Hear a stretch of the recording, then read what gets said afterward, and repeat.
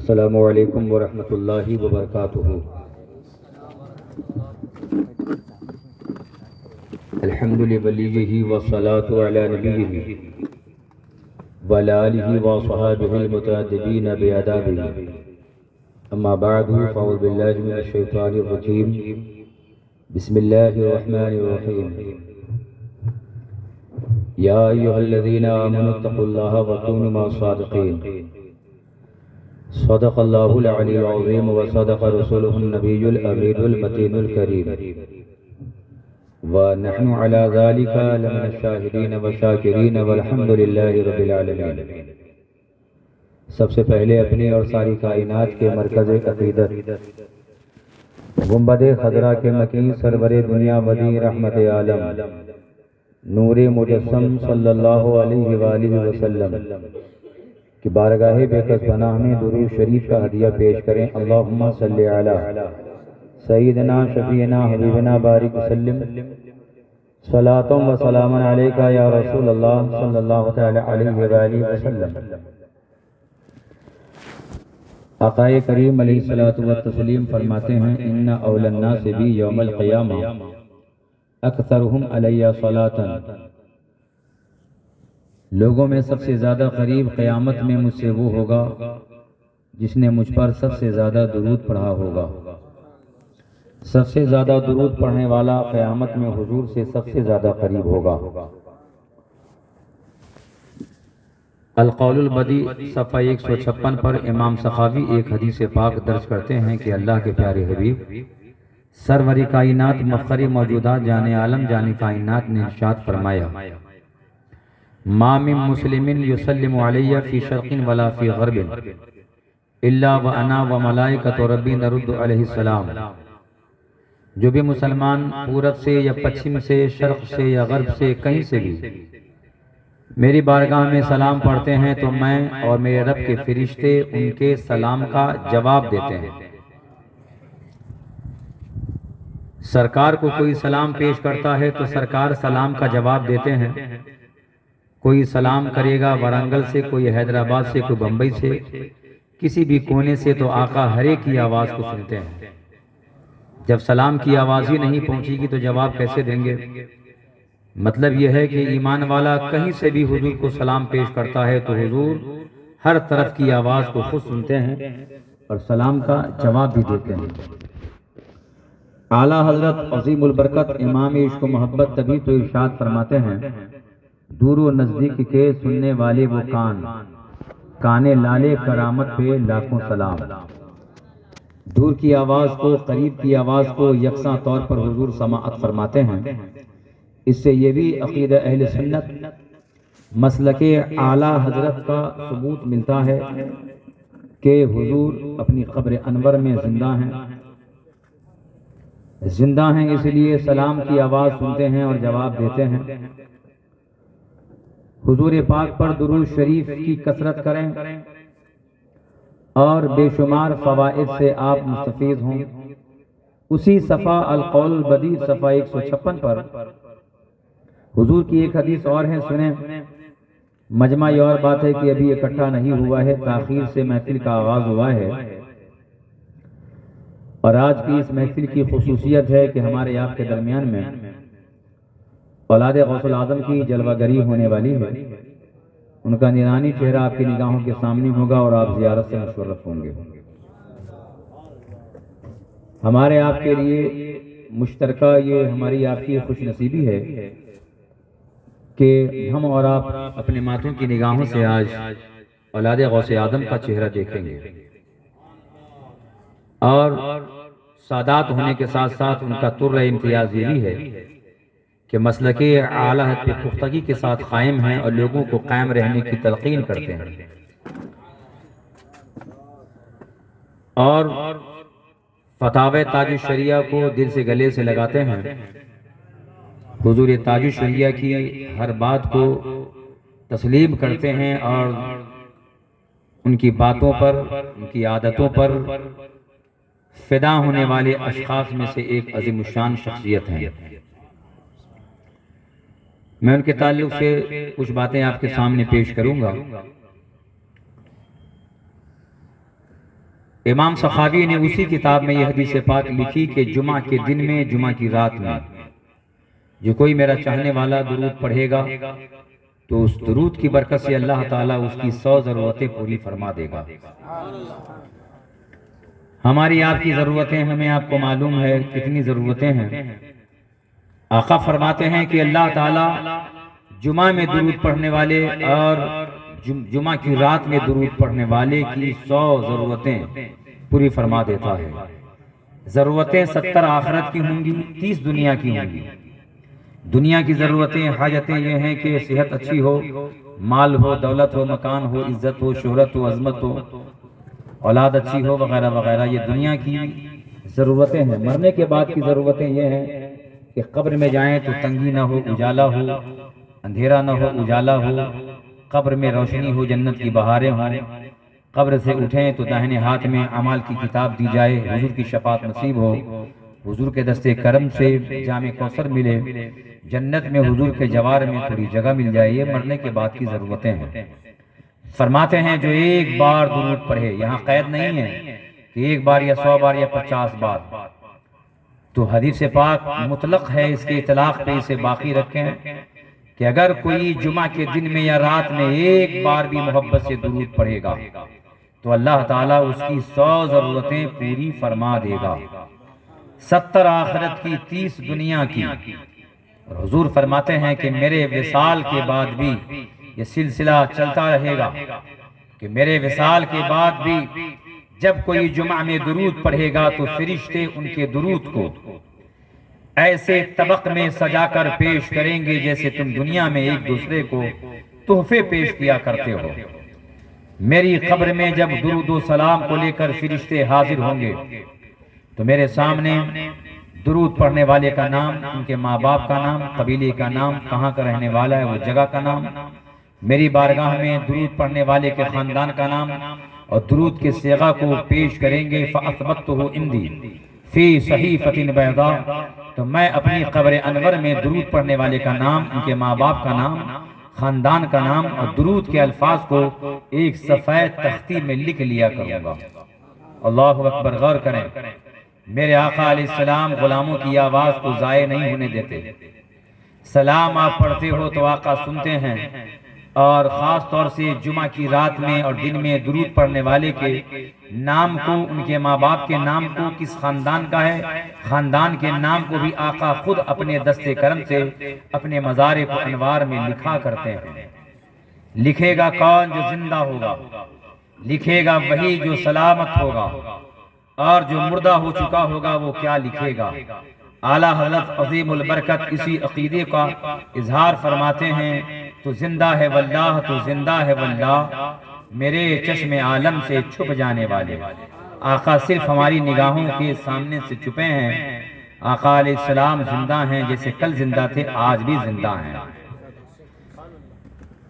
حضور علیہ السلام تو ایسے زندہ ہیں کہ مشکوٰۃ شریف صفحہ 121 اور ابن ماجہ جو صحیح ستہ کی ایک اہم کتاب ہے، ایک ہی جلد میں ہے، صفحہ 118 پر ہے۔ ان ابی الدرداء قال قال رسول اللہ صلی اللہ علیہ وسلم ان اللہ حرم علی الارض ان تأکل اجساد الانبیاء فنبی اللہ حی یرزق۔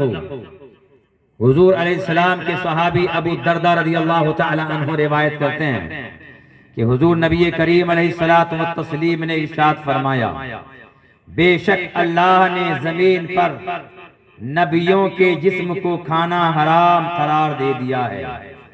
زمین میں یہ طاقت نہیں کہ انبیاء کے اجسام کو کھائے، مٹی میں وہ قوت نہیں کہ نبیوں کے جسم کو کھائے۔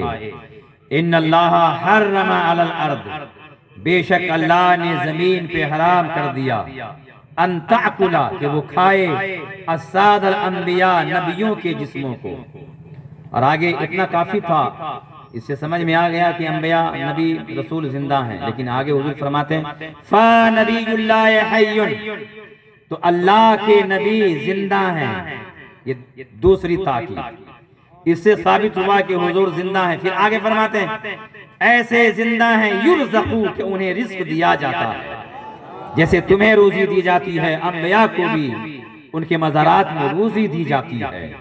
نبی زندہ ہیں، یہ ہمارا مسلک ہے، یہ مسلک اعلیٰ حضرت ہے، یہ مسلک اہل سنت و جماعت ہے۔ یہی پیغام حضور تاج الشریعہ نے زندگی بھر دیا، یہی پیغام مفتی اعظم عالم اسلام ہم شبیہ غوث اعظم قطب عالم نے دیا، یہی پیغام امام اہل سنت اعلیٰ حضرت نے دیا، یہی پیغام آج حضور قائد ملت دے رہے ہیں، محدث کبیر دے رہے ہیں، یہی پیغام جیلانی میاں سرکار دے رہے ہیں کہ نبی زندہ ہیں، اور ایسے زندہ ہیں کہ جن کو بھی زندگی ملتی ہے حضور کے دربار سے ملتی ہے۔ ہمیں زندگی ملی تو حضور کے در سے ملی۔ اب کہیں گے زندگی حضور کے دربار سے کیسے ملتی ہے؟ تو بخاری شریف میں یہ حدیث پاک 2 جگہ پہ ہے۔ حضور فرماتے ہیں انما انا قاسم واللہ یعطی، اور دوسری جگہ بخاری میں ہے انما انا قاسم وخازن واللہ یعطی، میں ہی بانٹتا ہوں، میں ہی خزانچی ہوں، اللہ دیتا ہے۔ اب حضور کے الفاظ پر غور کیجئے، حضور فرماتے ہیں بخاری میں حدیث 2 طرح سے، ایک میں لفظ خازن نہیں ہے اور ایک میں لفظ خازن ہے۔ انما انا قاسم وخازن واللہ یعطی، میں ہی بانٹتا ہوں، میں ہی خزانچی ہوں۔ اللہ کی نعمتوں کے خزانچی حضور ہیں، اللہ کی نعمتوں خزانوں کا جہاں پہ انبار ہے وہ حضور کا قدم ناز ہے۔ حضور اللہ کی نعمتوں کے خزانچی ہیں، خازن ہیں، خزانچی ہی نعمتوں کو بانٹنے والے ہیں۔ حضور نعم الہی کو تقسیم فرماتے ہیں، تو روزگار ہو حضور بانٹتے ہیں، علم ہو حضور بانٹتے ہیں۔ یہ اور بات ہے کہ باب علم میں اس حدیث کا بیان ہوا ہے تو وہابی کہتے ہیں کہ نہیں، حضور خالی علم بانٹتے ہیں، روزی نہیں بانٹتے، روٹی نہیں بانٹتے، زندگی نہیں بانٹتے۔ علم کے بیان میں یہ حدیث ہے تو خالی حضور علم ہی بانٹتے ہیں۔ یہ کیسی سمجھ ہے؟ حضور نبی کریم علیہ السلام نے مطلق فرمایا انما انا قاسم، میں ہی بانٹنے والا ہوں۔ اب یہاں کیا کیا بانٹتے ہیں اس کا نام نہیں ہے کہ میں کیا بانٹتا ہوں، یہ بانٹتا ہوں وہ نہیں بانٹتا ہوں، حضور میں ہی بانٹتا ہوں۔ تو جو نعمت اللہ کی ہے اسے عطا فرمانے والے، بانٹنے والے مصطفیٰ ہیں۔ درے مصطفیٰ سے ہی نعمت تقسیم ہوتی ہے، حضور ہی عطا فرماتے ہیں، حضور ہی غلاموں کو دیتے ہیں، حضور ہی دنیا والوں کو کھلاتے ہیں، پلاتے ہیں، حضور عطا فرماتے ہیں۔ تو زندگی بھی ایک نعمت ہے، تو زندگی بھی حضور بانٹتے ہیں، یہ حیات بھی حضور تقسیم کرتے ہیں۔ تو نبی ایسے زندہ ہیں کہ زندگی بھی حضور بانٹنے والے حضور ہیں۔ آقا علیہ السلام کہ زندگی کا یہ عالم ہے۔ اس حدیث پاک کے تحت ملا علی قاری علیہ رحمت الباری مشکات شریف کی شرح مرقات جلد نمبر 2 صفحہ 212 پر لکھتے ہیں، کچھ جب یہ حدیث پاک ہمارے علماء بیان کرتے ہیں نا تو وہابی ملا کہتے ہیں کہ یار وہ زندگی الگ ہے حضور کی، اور ہماری زندگی جو ہے ہم چل کی الگ زندگی ہے، دونوں میں فرق بیان کرتے ہیں کہ وہ زندگی الگ ہے، وہ کہنے کی زندگی ہے، اصلی زندگی نہیں ہے حضور کی، وہ جیسے پہلے زندہ تھے ماشاءاللہ۔ تو اس حدیث پاک کی شرح کرتے ہوئے ملا علی قاری اپنے وقت کے مجدد مرقات شرح مشکات جلد نمبر 2 صفحہ 212 پر لکھتے ہیں لا فرق لهم فی الحالین ولذا قیل اولیاء اللہ لا يموتون ولكن ينتقلون من دار الى دار۔ اے لوگو دھوکے مت آنا کوئی یہ کہہ دے کہ حضور کی دونوں زندگی میں فرق ہے۔ لا فرق لهم فی الحالین، نبیوں کی دونوں زندگی میں کوئی فرق نہیں ہے، جیسے وہ کل زندہ تھے آج زندہ ہیں، قیامت تک زندہ رہیں گے، کوئی فرق نہیں ہے۔ وہابیہ سر دھنتے رہیں، اپنے آپ کو وہ ختم کر ڈالیں اور مل جائیں گے یہ، مگر نبی پاک کی دونوں زندگی میں تفریق نہیں پیدا کر سکتے۔ جیسے نبی کل زندہ تھے آج زندہ ہیں اور صبح قیامت تک زندہ رہیں گے۔ اور مولا علی قاری فرماتے ہیں اس لیے تو اولیاء اللہ کے بارے میں کہا جاتا ہے کہ یہ بھی ایک آن کے لیے مرتے ہیں پھر زندہ رہتے ہیں۔ اولیاء اللہ لا یموتون ولکن ینتقلون من دار الی دار، اولیاء اللہ بھی مرتے نہیں ہیں، ایک گھر کو چھوڑ کر دوسرے گھر میں منتقل ہو جاتے ہیں۔ مرتے نہیں اولیاء اللہ. جب اولیاء اللہ نہیں مرتے تو انبیاء علیہ السلام کیسے مریں گے؟ اندازہ لگائیے، آپ غور کیجئے. یہ رسوائے زمانہ وہابیہ ہے جن کی بدعقیدگی ہے معاذ اللہ کہ نبی مر کر مٹی میں مل گئے. لیکن مسلک اعلیٰ حضرت میں یہ ہے کہ نبی زندہ ہیں، سارے انبیاء رسولان اعظام زندہ ہیں، اور ان کے صدقے میں اولیاء اللہ بھی زندہ ہیں. اب آپ کہیں گے کہ اولیاء اللہ زندہ ہیں تو ان کی زندگی ہو سکتا ہے وہ صرف کہنے کی زندگی ہو، روحانیت والی زندگی ہو. ایسی زندگی نہ ہو، وہ ایسا نہیں ہے. مواہب الدنیا کی شرح زرقانی شریف جلد نمبر 5 صفحہ 333 پر ہے یہ حدیث. سنیے: الانبیاء والشہداء یأکلون فی قبورہم ویشربون ویصلون ویصومون ویحجون. فرماتے ہیں سارے انبیاء، سارے شہید اپنی اپنی قبروں میں کھاتے ہیں، اپنی اپنی قبروں میں پیتے ہیں، یصلون نماز پڑھتے ہیں، فرماتے ہیں ویصومون اور روزہ بھی رکھتے ہیں، اور جب حج کا مہینہ آتا ہے تو مزار سے نکل کر اپنی اپنی قبر سے نکل کر حج کے لیے روانہ بھی ہو جاتے ہیں. اللہ اکبر. حدیث پاک میں تو ایسی تفصیل ہے. یہ کھاتے ہیں، پیتے ہیں، نماز پڑھتے ہیں، روزہ رکھتے ہیں، حج پہ بھی جاتے ہیں. ایسی زندگی اللہ نے انہیں عطا کی ہے. اب اگر کوئی بدعقیدگی کا اظہار کرے اور نبی پاک کی دشمنی میں انہیں مردہ کہے تو سمجھو کہ وہ مسلمان نہیں ہے، مومن نہیں ہے، بلکہ وہ کھلا ہوا کافر و مرتد ہے جو نبی پاک کی شان میں ایسی بے ادبی کرنے والا ہو. مسلک اعلیٰ حضرت میں ہمیں یہی درس دیا گیا ہے، اور مسلک اعلیٰ حضرت کے پرچم تلے ہی متحد رہیے. یہی ایک ایسا مسلک ہے، یہی ایک سنیوں کا ایسا مذہب ہے جس کے پرچم تلے ہی اتحاد ہو سکتا ہے. کوئی کہے کہ ہم متحد نہیں ہیں، ہم الگ الگ ہیں، ہم ٹکڑیوں میں ہیں، ہم بٹے ہوئے ہیں، ہم فلاں پیر کے جھنڈے تلے ہیں، ہم فلاں پیر کے جھنڈے تلے ہیں، تقسیم نہیں ہو، یہ نہ ہو، تو ہاں متحد ہوں گے، مگر وہ متحد ہونے کا ایک ہی راستہ ہے کہ متحد ہوں گے مگر مسلک اعلیٰ حضرت کے پرچم تلے ہی متحد ہوں گے، اور جو مسلک رضا کے مطابق ہوں گے ان سے ہی اتحاد ہوگا، اور جو ذرہ برابر بھی الگ ہوگا ان سے ہمارا اتحاد نہ ہوا ہے نہ ہے نہ قیامت تک ہو سکتا ہے. تو یاد رکھیے حضور تاج الشریعہ کا ہم عرس بھی منا رہے ہیں، اور حضرت سرکار بندہ نواز گیسو دراز کا بھی عرس منا رہے ہیں.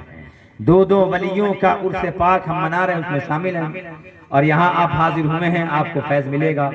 اولیاء اللہ اپنی نگاہوں سے ہمیں آپ کو دیکھ رہے ہیں، کیونکہ ہمارا عقیدہ ہے کہ وہ زندہ ہے. اس عنوان پہ بہت کچھ ہے. میں نے ایک کتاب لکھی جس کا نام ہے عظمت اولیاء، 312 صفحات پر مشتمل ہے. اس طرح کی بہت ساری احادیث کو میں نے اس کتاب میں جمع کیا ہے. آپ چاہیں تو مطالعہ کر سکتے ہیں، کتاب دیکھ سکتے ہیں کہ اس کے اندر اولیاء اللہ کی زندگی کو، ان کی عظمت و شان کو، ان کے تصرفات کو، ان کی کرامتوں کو مکمل طور سے شرح و بسط کے ساتھ ذکر کیا گیا ہے. آج کی ہماری اس محفل میں خاص بات یہ ہے کہ ہمارے درمیان میں غوث العظم کے فرزندوں میں سے ایک فرزند کی جلوہ گری ہونے والی ہے. پہلی بار آپ کے شہر میں آئے ہیں، آپ ان کو نہیں جانتے ہیں. میں انہیں تقریباً 10 سال سے جانتا ہوں، اور ہم لوگ کسی کو ایسے نہیں تسلیم کر لیتے جب تک کہ مکمل طور سے جانچ پڑتال نہیں کر لیتے. پہلی ملاقات ہماری ان سے اورنگ آباد میں ہوئی. مجھے جلسہ والوں نے مدعو کیا اور انہیں بھی مدعو کیا گیا تھا. صاحب خانہ نے کہا کہ ایک پیر صاحب بھی آ رہے ہیں، نام ان کا سید عبد القادر ہے. میں نے کہا میں نے کبھی دیکھا نہیں ہے. ٹھیک ہے، اچھا ہے. انہوں نے کہا خلیفہ حضور تاج الشریعہ بھی ہیں. میں کہا بہت اچھی بات ہے، ملاقات ہوگی انشاءاللہ تعالی دیکھیں گے. جب مجھے مجلس میں جانے کے لیے کہا گیا، امامہ لپیٹ رہا تھا، اس وقت وہ اسی مکان میں آ چکے تھے. تو جب تک ہمیں علم نہ ہو جائے، تحقیق نہ ہو جائے کہ یہ پیر اچھے ہیں، مسلک رضا کے پابندی کرنے والے ہیں، تب تک ہم ایسے پیر کے قریب نہیں جاتے جب تک تحقیق نہ ہو جائے، معلومات نہ ہو جائے. میں ان کے دروازے قریب سے گزرا لیکن ملاقات نہیں کیا. جب میری تقریر ختم ہونے لگی تو انہیں لایا گیا. میں نے صرف 10 منٹ میں ہی ان کو دیکھا، جانا، پہچانا، مصافحہ کیا، سلام کیا، تھوڑی سی بات ہوئی، مجھے سمجھ میں آ گیا کہ یہ اللہ کا ایک نیک بندہ ہے، یہ اللہ کا ایک محبوب بندہ ہے۔ چہرہ دیکھ کر، شکل دیکھ کر سمجھ میں آ رہا ہے کہ اولاد غوث العظم ہیں، غوث العظم کے شہزادوں میں سے ایک شہزادے ہیں۔ آج میری حاضری اللہ کے ایک ولی کے اس دربار میں ہوئی جن کو کہ معشوق ربانی کے نام سے دنیا یاد کرتی ہے۔ میں نے ان کی تاریخ دیکھی اور ان کی آمد کے بارے میں پتا چلا کہ جس سن میں وہ تشریف لائے وہ 10ویں صدی ہجری ہی تھی، جس میں آپ کی جلوہ گری ہوئی۔ 10ویں صدی ہجری کے اخیر میں وہ تشریف لائے، اور وہ ایسی تاریخ ہے کہ اس صدی میں غوث العظم کے بہت سارے شہزادے ہندوستان میں آئے۔ آج سے لگ بھگ 400-450 سال پہلے کی بات، ہندوستان میں غوث العظم کے بہت سارے شہزادے آئے، اور بغداد شریف میں ایسا کئی بار ہو چکا ہے۔ غوث العظم جب کوئی ایسا معاملہ آتا ہے، جیسے ہلاکو خان نے، چنگیز نے حملہ کیا، تو اس کے پہلے غوث اعظم نے اپنی اولاد سے کہہ دیا کہ شہر چھوڑ دو، تم فلاں جگہ جاؤ، تم فلاں جگہ جاؤ، تم فلاں جگہ جاؤ۔ تو ایسا بغداد شریف میں کئی بار ہوا، غوث العظم اپنی اولاد کو دنیا بھر میں بھیج دیتے۔ تو تقریباً 450 سال پہلے بہت ساری اولاد غوث العظم کی ہندوستان میں جلوگر ہوئی، تشریف لائی۔ انہی ایام میں جو آج کے خصوصی مہمان ہیں ابو الحسنین خلیفہ تاج الشریعہ، خلیفہ امین شریعت، آل رسول عبد القادر جیلانی میاں سرکار، ان کے جد کریم بھی تقریباً 450 سال پہلے بغداد شریف سے ہندوستان میں تشریف لائے۔ وہ بغداد شریف میں اس وقت گدی نشین تھے، صاحب سجادہ تھے۔ ان کا لقب مجمع البرکات، سید السادات ہے، نام سید احمد قادری سجادہ البغدادی، اور ان کے بھتیجے مصطفیٰ قادری شجاع البغدادی۔ یہ بحر عرب کے راستے، جو گوا میں سمندر ہے، یہ سمندر عرب کا سمندر ہے، یہ بحر عرب کے راستے گوا کے قریب میں ہی کنکولی کے پاس میں مسورہ شریف میں جہاں سمندر کا ساحل ہے وہاں تشریف لائے، وہیں پہ قیام فرمایا۔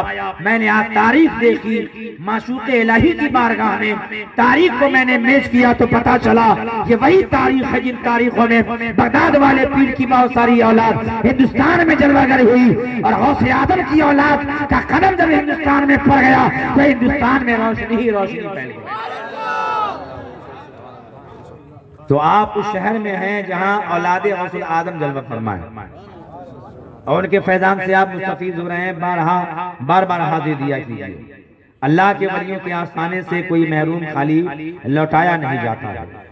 حاضر دیجئے، بار بار دیجئے، با ادب جائیے۔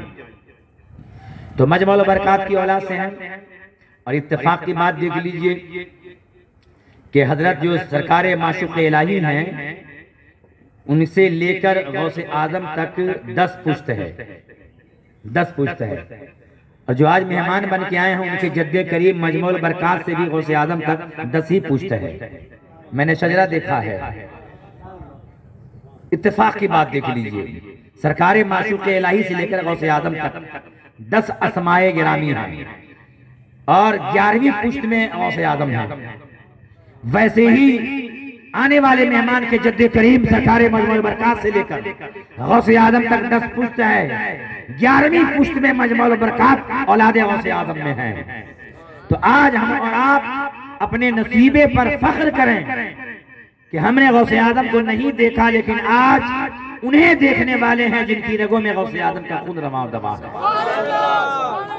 اور جو سادات میں سے ہیں ان کی اولاد میں سے ہیں، اور متقی پرہیزگار بھی ہیں، متقی پرہیزگار بھی ہیں، اور یہ کہیں کہ صاحب کشف بھی ہیں۔ تو میں ان کے بارے میں زیادہ نہ بتا کر آپ خود ہی اپنے دل سے پوچھیں، وہ آ جائے تو ان کا چہرہ دیکھیں، دیدار کریں، اور اپنے دل سے ہی معلومات کریں۔ دل ایک آئینہ ہوتا ہے، دل ایک کتاب ہے، اور کتاب سے پوچھیں گے کتاب جواب دے گی۔ دل ایک آئینہ ہے، ایمان والے کا دل آئینہ ہوتا ہے۔ جب آئینہ کو آئینہ کے سامنے کیا جاتا ہے تو جو بھی سامنے والے آئینے میں عکس ہوتا ہے وہ دوسرے آئینے میں چھپ جاتا ہے۔ تو آپ اپنے دل کے آئینے سے سوال کریں گے، جواب دے گا آپ کا دل کہ آنے والا مہمان متقی ہے کہ نہیں ہے، آنے والا مہمان پرہیزگار ہے کہ نہیں ہے، آنے والا مہمان باکمال ہے کہ نہیں ہے؟ اور میں آپ کو بتاؤں یہ عرس تاج الشریعہ بھی ہے. حضور تاج الشریعہ کا اتنا کرم رہا ان کے اوپر کہ جب آپ کا نکاح بمبئی میں ہوا اور مینارہ مسجد میں نکاح ہوا تو نکاح پڑھانے کے لیے کوئی اور نہیں سرکار تاج الشریعہ تشریف لائے. ان کے نکاح کے لیے بریلی شریف کے تاجدار حضور تاج الشریعہ بدر الطریقہ بریلی شریف سے آئے اور مینارہ مسجد میں اولاد غوث اعظم سید عبدالقادر جیلانی میاں سرکار کا عقد فرمایا، نکاح فرمایا. اور حال یہ ہے کہ صرف نکاح ہی نہیں کیا، جب پہلا بچہ ہوا، جب پہلا شہزادہ ہوا جن کا نام سید حسنین ہے، تو اسپتال میں پہنچ کر شہزادے کے کان میں اذان دینے والا کوئی اور نہیں بلکہ بریلی کا تاجدار تاج الشریعہ ہی ہے کہ آل رسول عبدالقادر جیلانی کا نکاح پڑھانے والی ذات کا نام تاج الشریعہ ہے. جب پہلا شہزادہ حسنین ہوا تو کان میں اذان دینے والے بریلی کے تاجدار تاج الشریعہ ہی ہے.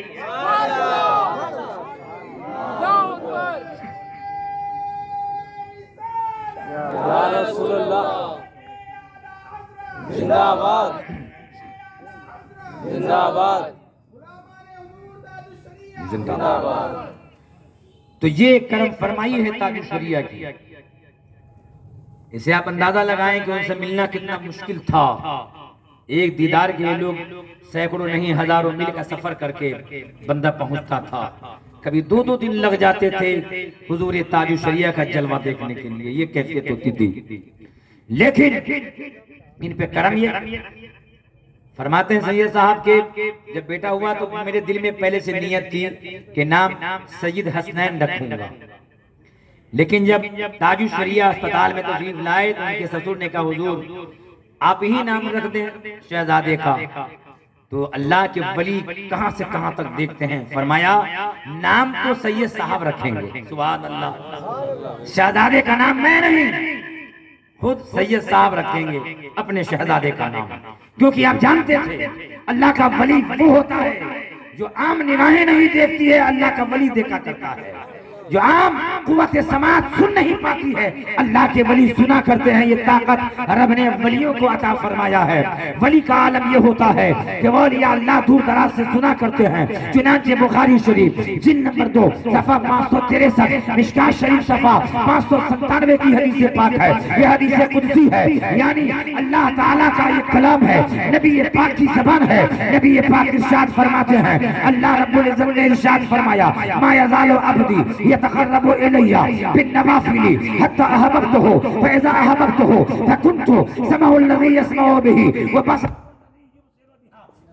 الذي يبصر به ويده التي يبطش بها ورجله التي يمشي بها. سبحان اللہ سبحان اللہ صلی اللہ تعالیٰ علیہ وسلم. نبی پاک فرماتے ہیں کہ اللہ نے ارشاد فرمایا ہمیشہ اللہ تعالیٰ کا بندہ نوافل کے ذریعے اللہ کے قریب ہوتا رہتا ہے، اللہ کے قرب کو پاتا رہتا ہے، یہاں تک کہ اللہ تعالیٰ اپنے اس بندے کو اپنا محبوب بنا لیتا ہے.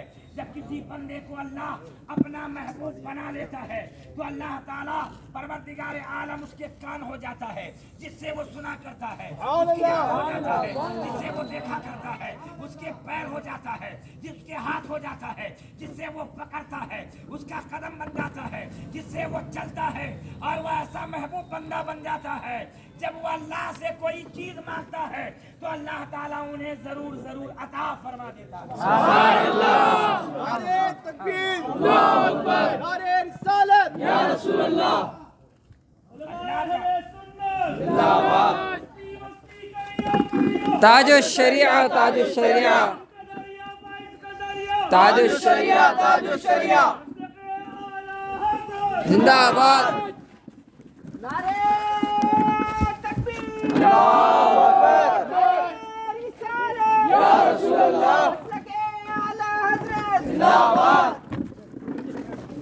بستی بستی کریا کریا تاج الشریعہ، تاج الشریعہ. زندہ آباد.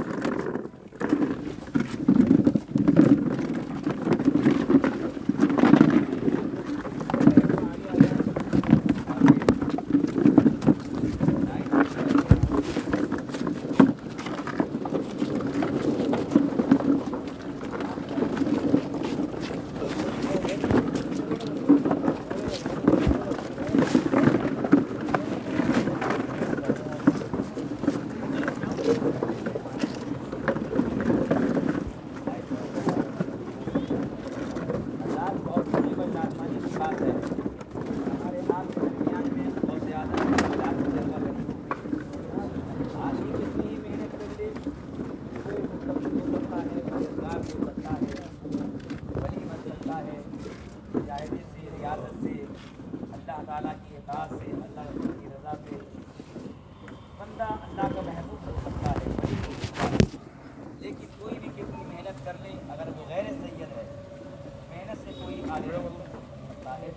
یہ محض اللہ کی عطا ہے، یہ اللہ تعالیٰ کی عطا ہے کہ اللہ نے انہیں غوث العظم پیر ماں پیر جہاں کی اولاد میں ان کی نسل پاک میں پیدا فرمایا ہے۔ یاد رکھیے کہ ہم غوث اعظم سے اتنی محبت کرتے ہیں، اتنی الفت کرتے ہیں کہ غوث اعظم پیر ماں پیر جہاں غوث الثقلین کی بارگاہ کے آداب سکھاتے ہوئے امام اہل سنت اعلیٰ فرماتے ہیں کہ تجھ سے در در سے سگ سے ہے مجھ کو نسبت، تجھ سے در سے سگ سے ہے مجھ کو نسبت، میری گردن میں بھی ہے دور کا ڈورا تیرا۔